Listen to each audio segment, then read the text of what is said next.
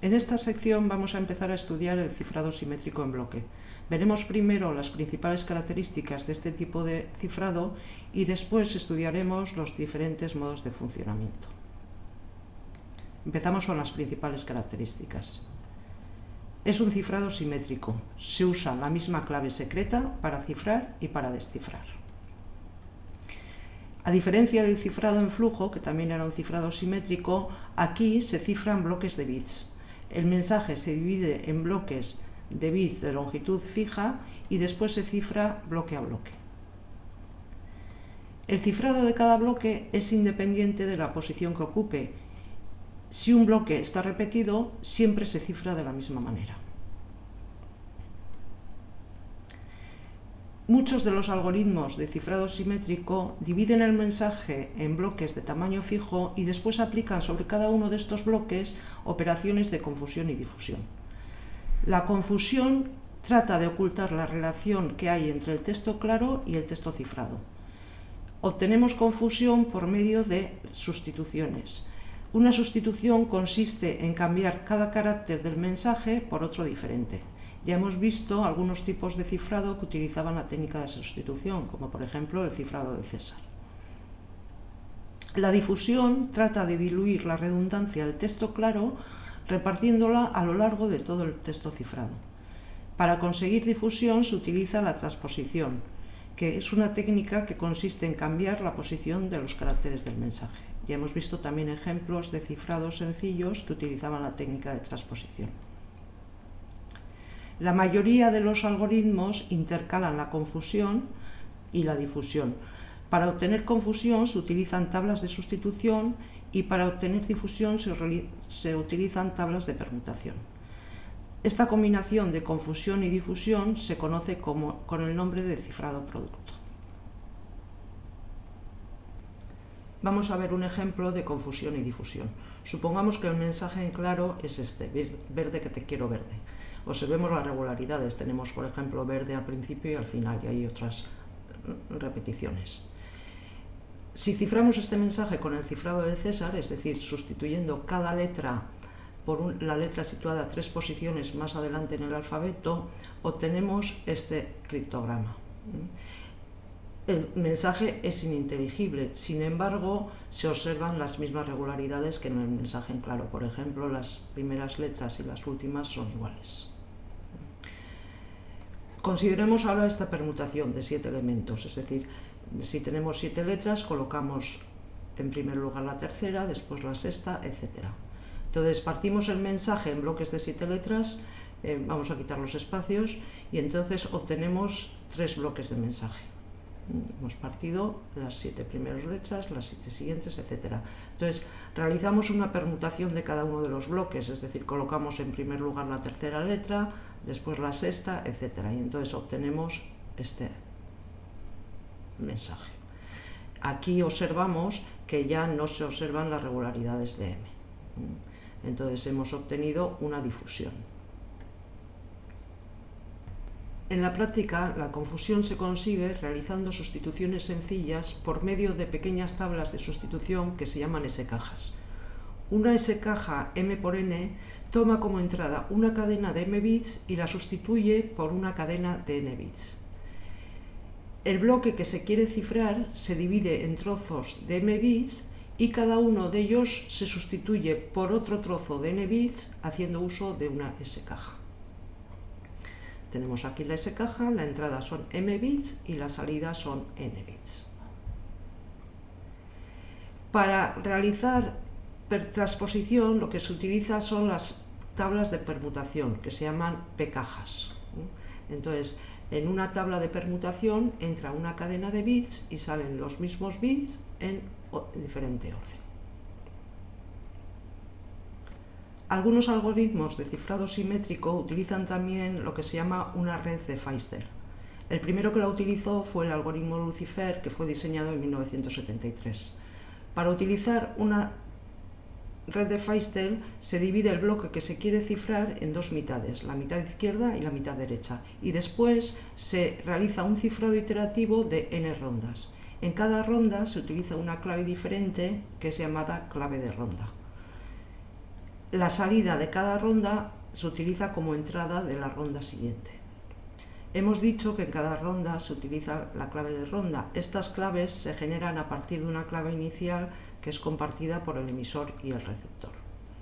Para descifrar se aplica el mismo algoritmo, pero con las claves de ronda en orden inverso. Aquí tenemos cómo son las rondas. Para todas las rondas, excepto la última, la mitad izquierda de la ronda I es la mitad derecha de la ronda I-1, y la mitad derecha de la ronda I es la suma módulo 2 de la mitad izquierda de la ronda I-1 y la salida de una función cuyas entradas son la mitad derecha de la ronda I-1 y la clave de ronda. Es decir, la mitad izquierda es la mitad derecha de la ronda precedente y la mitad derecha es la suma módulo 2 de la mitad izquierda de la ronda precedente y la salida de la función f. La función f es una función arbitraria que es diferente para cada algoritmo y la clave I es la clave de ronda. En la última ronda se invierte el orden, es decir, la mitad derecha de la última ronda es la mitad derecha de la ronda precedente y la mitad izquierda es la suma módulo 2 de la mitad izquierda de la ronda precedente y la salida de la función f. Lo tenemos aquí. La mitad izquierda es la suma de la mitad izquierda de la ronda precedente y la salida de la función f, y la mitad derecha es la mitad derecha de la ronda precedente. Para descifrar se aplica el mismo algoritmo, pero con las claves de ronda en orden inverso. Aquí tenéis una lista de algoritmos de cifrado en bloque simétrico. En 1974 hubo una convocatoria por la Oficina de Estándares americana y a partir de entonces tenemos todos estos algoritmos y más que no están en la lista, de los cuales nosotros estudiaremos el DES, que está basado en el algoritmo Lucifer. En 1997 hubo otra convocatoria. Esta es la lista de finalistas y por último fue adoptado el AES, que también estudiaremos. Ahora vamos a ver los diferentes modos de funcionamiento para los algoritmos de cifrado en bloque simétrico. Estos algoritmos trabajan sobre bloques de texto en claro y de texto cifrado, pero no se implementan solos, de forma directa, sino que normalmente se combina el cifrado con un tipo de feedback usando operaciones sencillas. Los principales objetivos de un modo de cifrado son estos. Por una parte, esconder regularidades desde texto en claro, también permiten aleatorizar la entrada, incrementan la dificultad de manipulación del texto en claro y del texto cifrado y permiten que diferentes mensajes en claro sean cifrados con la misma clave. Hay diferentes modos de funcionamiento dependiendo de la forma en que sean cifrados los bloques sucesivos del mensaje. Los 4 modos fundamentales son estos. Vamos a empezar con el ECB porque es el método más sencillo y directo. Para utilizarlo se subdivide el mensaje que queremos cifrar en bloques de tamaño fijo y después se cifra cada uno de los bloques empleando la misma clave. Aquí tenemos el esquema. Si MI es el bloque I y C sub I es su cifrado con la clave K, entonces C1 es el cifrado de M1 con la clave K, C2 es el cifrado de M2 con la clave K. Para descifrar también se descifra bloque a bloque empleando siempre la misma clave. M1 es el descifrado de C1 empleando la clave K, M2 es el descifrado de C2 empleando la misma clave K, etc. Este modo tiene ventajas e inconvenientes. Por una parte, permite cifrar los bloques independientemente de su orden. Es resistente a errores, es decir, que si uno de los bloques sufre una alteración, el resto de los bloques queda intacto. Pero si un mensaje presenta patrones repetitivos, el cifrado también los presentará, y esto permite a un atacante efectuar un ataque estadístico. Además, un atacante podría realizar inserciones, sustituciones, permutaciones y eliminaciones de bloques. Vamos a ver ahora este otro modo, el CBC. Antes de nada, emisor y receptor deben intercambiar una cadena de bits que le vamos a llamar vector de inicialización. Para cifrar, cada bloque del mensaje en claro se suma mediante un XOR con el cifrado del bloque anterior y después se cifra. Como para el primer bloque de mensaje en claro no tenemos cifrado anterior, para este bloque se utiliza el vector de inicialización. Aquí tenemos el esquema. Cada bloque de mensaje en claro se suma con el cifrado del bloque anterior y después se cifra.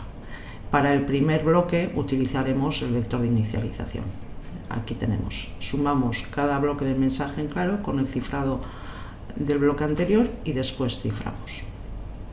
Para el primer bloque utilizamos el vector de inicialización. Este es el esquema para descifrar. Descifraremos cada bloque de criptograma y sumaremos el resultado con el criptograma del bloque anterior. Para el primer bloque utilizaremos también el vector de inicialización, es decir, desciframos el criptograma I y le sumamos el criptograma anterior. Un inconveniente es que el emisor y receptor deben intercambiar, además de la clave, el vector de inicialización. Pero permite realizar inserciones, sustituciones, permutaciones y eliminaciones porque cada bloque influye en los siguientes. Si dos mensajes difieren en un bit, entonces se cifran igual hasta el bloque en que está ese bit. Y esto permite a un atacante identificar mensajes con inicios comunes, como por ejemplo puede ser una fecha. Para evitar este inconveniente podemos usar un vector de inicialización diferente para cada mensaje. Veamos ahora este otro modo, el CFB. También aquí emisor y receptor intercambian un vector de inicialización. Y después cada bloque del mensaje en claro se suma mediante un XOR con el cifrado del criptograma anterior. Como para el primer bloque no tenemos criptograma anterior, utilizamos el vector de inicialización. Este es el esquema. Primero ciframos el vector de inicialización y lo sumamos con el primer bloque de mensaje en claro, obtenemos el primer bloque de criptograma. Ciframos este, lo sumamos con el segundo bloque del mensaje en claro y obtenemos el segundo bloque de criptograma y así sucesivamente.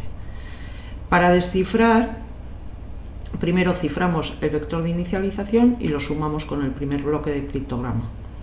Obtenemos el primer bloque de mensaje en claro. Después ciframos el primer bloque de criptograma y lo sumamos con el segundo bloque de criptograma. Obtenemos el segundo bloque de mensaje en claro. Y así sucesivamente. Igual que antes, emisor y receptor deben intercambiar, además de la clave, el vector de inicialización. Una curiosidad es que tanto para cifrar como para descifrar se usa únicamente la función de cifrado, no se utiliza la función de descifrado. Y los cifrados de un mismo mensaje en claro son diferentes si los ciframos con vectores de inicialización diferentes. El último modo que vamos a ver es el OFB. Se utiliza también un vector de inicialización y después, mediante cifrados consecutivos de este vector, se calcula una colección de vectores, tantos vectores como bloques de mensaje queramos cifrar. Entonces, después, cada uno de estos vectores que hemos calculado se suma mediante un XOR con cada uno de los bloques de mensaje en claro. Veamos. Primero ciframos el vector de inicialización y obtenemos un vector. Ciframos este vector y obtenemos un segundo vector. Así sucesivamente, tantas veces como bloques de mensaje tengamos. Y después, cada uno de estos vectores se suma con el bloque de mensaje en claro correspondiente y se obtiene el criptograma. Este es el esquema. Obtenemos los vectores RI cifrando el vector RI-1, para descifrar se hace lo mismo, para cifrar se suma el vector RI con el bloque de mensaje I y para descifrar se suma el vector RI con el bloque de criptograma I. Este método puede considerarse como un cifrado en flujo en el que el generador de claves está constituido por los cifrados sucesivos del vector de inicialización. Y con esto acabamos la sección.